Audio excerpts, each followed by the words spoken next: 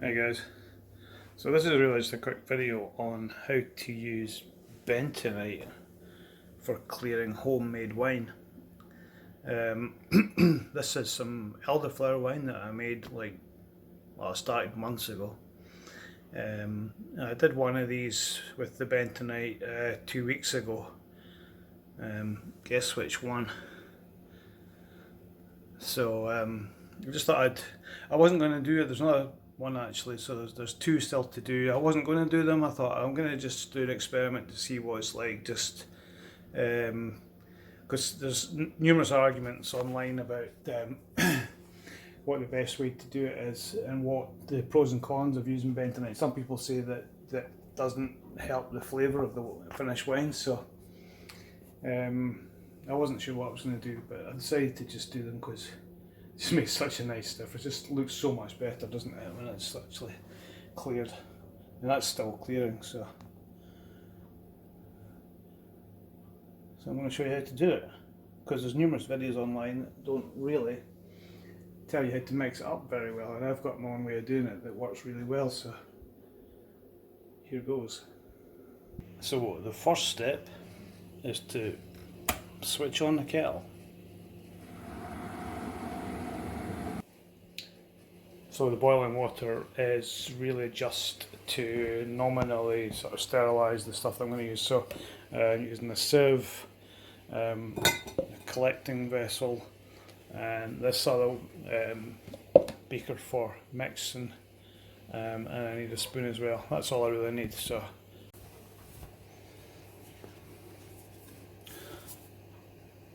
okay, so the next step is basically to just add the bentonite powder into the liquid. To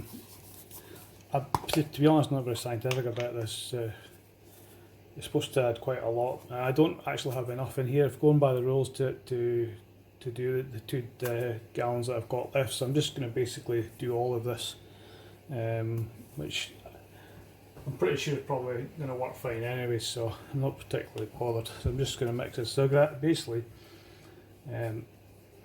just want to add it in really gradually and just keep stirring.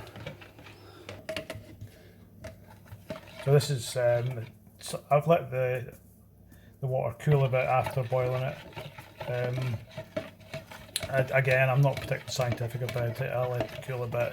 If you read completely different instructions on water temperature, anyway, some people say it should be boiling and some people say it should be cooled to like 60 degrees. This probably is about 60 by now, so generally just want to keep stirring it in. Now, some instructions say don't let it clump up, but what I'm going to show you with the next step is that it really doesn't matter if it does a bit, because I'm going to force it through the sieve, and you'll see that we end up with a really nice slurry.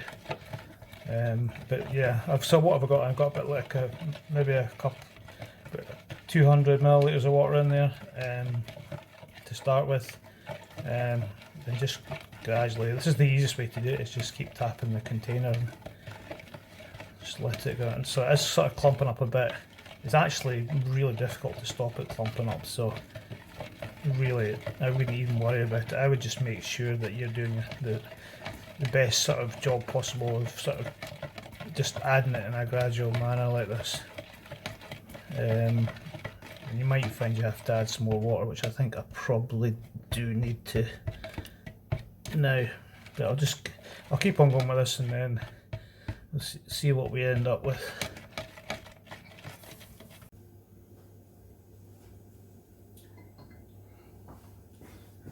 So basically I just set up the sieve. This fits so nicely too. And what we're going to do basically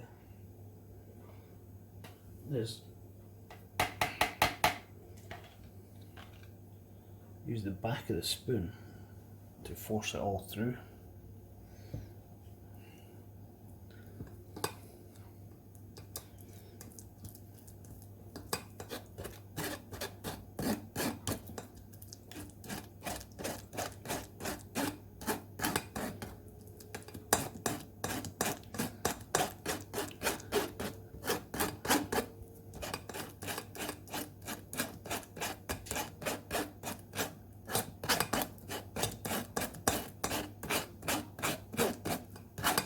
what happens, it doesn't really fall out the other end. It sort of basically collects on, as you'll see in a minute, it just sort of collects on the underside of the sieve.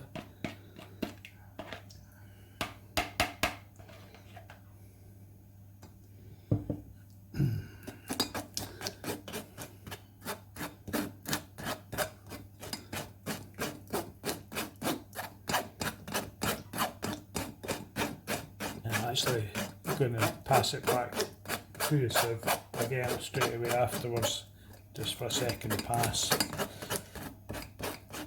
which is probably overkill, but it definitely makes for a nice slurry, because sometimes you're kind of forcing clumpy bits through. This is quite a fine sieve, so it worked pretty good really.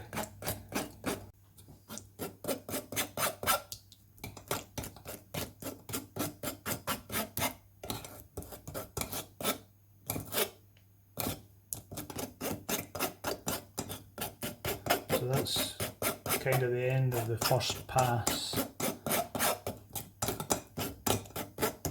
and if we look underneath,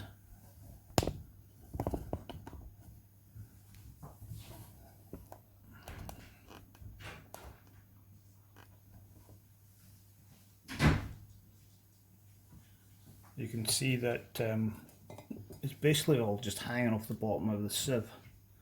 It doesn't fall through, so basically what you have to do is kind of just ease it off. It looks lovely, doesn't it? So there we go. So that's the first pass. I'm going to pass it through the sieve once more, and you'll see that it passes through a lot easier the second time, obviously, because it's already been, well, you can see it's pretty good actually even already, but once we've done it through the sieve again and left it to rehydrate properly for a few hours, you'll see that it's absolutely beautiful.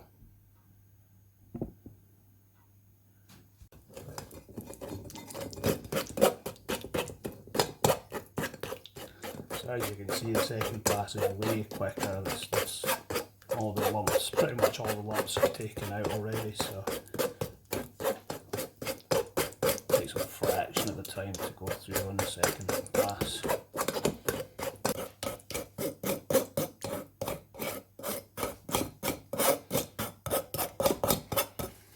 Right, so that's pretty much the second pass.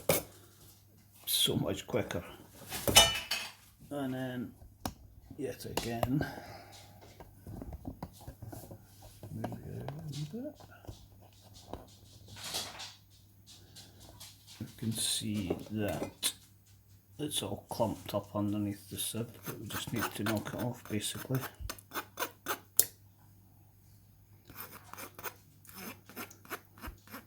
I say clumped up, it's actually a really well mixed slurry, to be honest, and I don't know how you could do this without pushing it through the sieve like this to break it all up.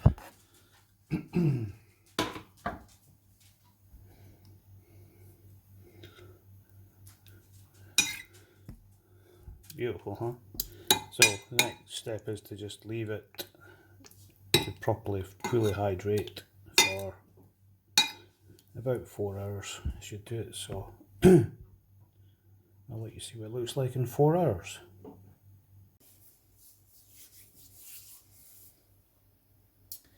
Right, so that's the bentonite had like 4 hours to hydrate, and you can see that it is like totally hydrated, and it is a pure slurry paste. You know, there's no lumpy bits in that at all. So that, to me, that's the best way to do it, is to use a sieve to just basically force it through into a really nice finish. So I've racked one of my demijohns that I want to do, and I've taken some of the wine, and all I'm going to do basically is mix 2 tablespoons of this into there and just mix it in, get a nice mixture, and then just basically pour that into the demijohn and leave it for probably about 3 or 4 days is probably going to be enough, but I'm probably end up leaving it for a week, to be honest. I'll have time to do it next weekend. So that's basically the idea. I've got two to do, so I'm basically just going to do half and half. It should hopefully mix in quite nice to the wine.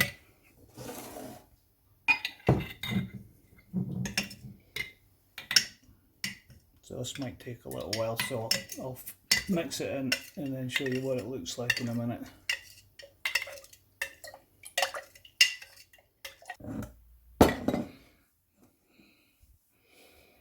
So I've managed to stir that in pretty good. There's still a few lumpy bits.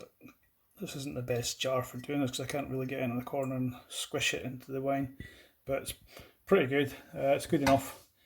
As you can see, it's nicely mixed. Looks beautiful, doesn't it? So the next step is basically just to pour it into the demijohn and then mix it all up.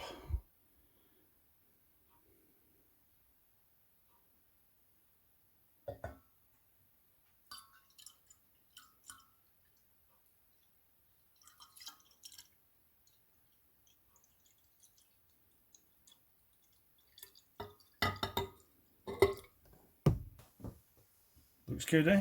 To mix it in fully, I'm going to get DeWalt on the case, and I'm going to use my homemade degassing stirring implement, which is basically just a piece of central heating pipe and a metal rod, which goes inside and then into my drill.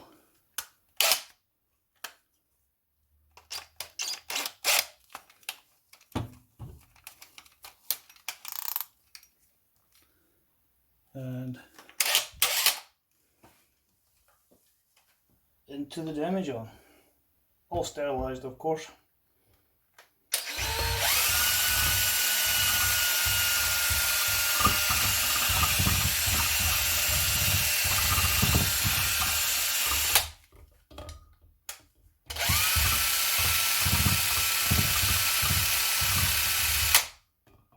Bit of reverse action there.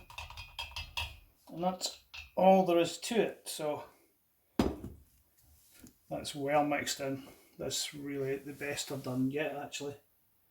So that will just sit back in the corner of the room with the airlock on it, and we'll see what it looks like in a couple of days. So this is how things look like 3 hours later. Everything looks like it's settled, and you can see it's cleared a bit, but from what I've read it's supposed to like almost reactivate. So I'll get another look in the morning and see how much it's changed. Okay, so this is the next day, and you can see that it's settled or cleared quite a lot. It's not quite as clear as that one I did last week, and you can see that the bentonite has collected at the bottom. That'll probably compress even more than that. So it's looking good. So here's the finished product. Really, I just need to, I'm just about to rack these to get rid of the sediment in the bottom. I kind of wish that you hadn't used quite as much wine to mix them up. That's the two I've just done, and that was one I did previously. But yeah, I thought that the wine would probably separate out a bit more, but it hasn't. So never mind. Lesson learned. Just don't use as much wine to mix the bentonite in. But looks pretty good. I'm going to enjoy this elderflower wine. Okay, see you later.